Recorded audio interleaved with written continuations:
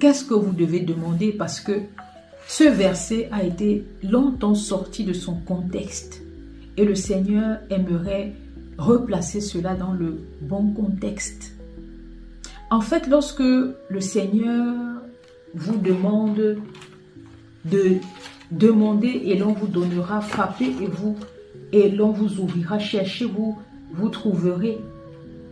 Allez dans Luc, on va terminer avec ça. Allez dans Luc, comme je vous disais, Luc 11, au verset 9. Il est important de ne jamais sortir un verset de son contexte. Il est nécessaire de demander au Seigneur de nous éclairer pour ne pas mal interpréter ce dont il veut nous enseigner, pour ne pas mal interpréter son message. Ici, il nous dit bien qu'il faut demander et l'on nous donnera. Il faut chercher et on trouvera. On frappe et on ouvrira.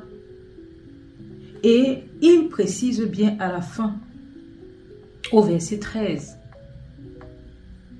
Si donc, méchants comme vous l'êtes, vous savez donner de bonnes choses à vos enfants, à combien plus forte raison le Père Céleste donnera-t-il le Saint-Esprit à ceux qui le lui demandent?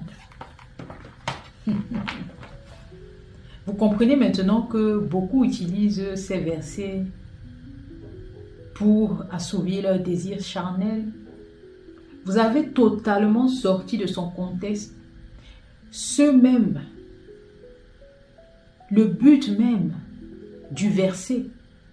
Qu'est-ce que vous devez demander au Père Céleste? Qu'est-ce qu'il attend de vous? C'est pour cela qu'il y a beaucoup de personnes qui demandent depuis, mais n'obtiennent rien du tout. Il y a beaucoup de personnes qui demandent et commencent à douter du Seigneur.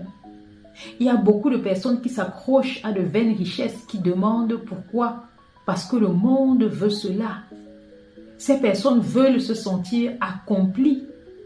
Vous savez que dans une société, vous devez avoir un enfant pour qu'on vous respecte. Vous devez être marié pour vous faire respecter. Vous devez avoir une belle maison pour vous faire voir et pour vous faire respecter par le monde. Mais est-ce cela la volonté du Père pour votre vie? Lorsque vous faites vos demandes au Père, est-ce lié à votre propre désir égoïste ou est-ce lié à la volonté du Père? Il ne vous demande pas de demander pour demander.